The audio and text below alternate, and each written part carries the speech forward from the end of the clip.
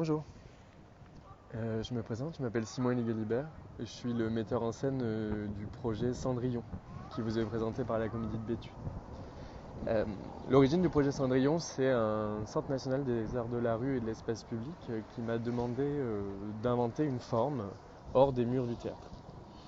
Euh, Au moment où ils m'ont demandé ça, j'avais déjà effectué un stage au Théâtre national de Strasbourg avec des amateurs au cours de ce qu'on appelle la traversée de l'été, qui est euh,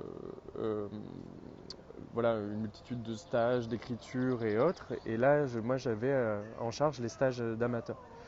J'avais proposé le texte Cendrillon parce que ça me paraissait être un texte vraiment très accessible pour tout type de public, à la fois pour une distribution ultra virtueuse comme pour des amateurs. C'est-à-dire que les questions qui réunissaient étaient à la fois les questions les plus pointues du théâtre et à la fois les questions les plus simples à se poser, à savoir qu'est-ce que c'est rentrer sur scène, être là et dire je suis ce personnage et je vais prendre ce rôle.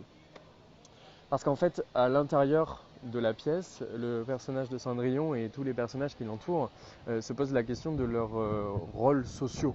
Euh, Concrètement, Cendrillon en fait met une sorte de stop sur cette rencontre folle qui est celle qu'elle a avec le prince pour interroger les bien fondés de son changement de rôle.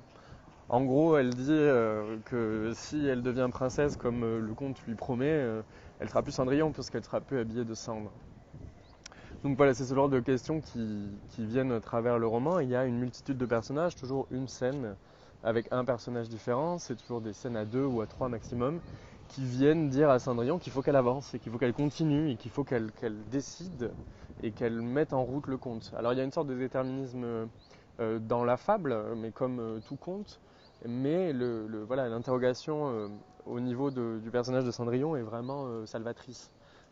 C'est vraiment quelque chose de l'ordre de la décision pour soi. C'est pour ça que donc, pour ces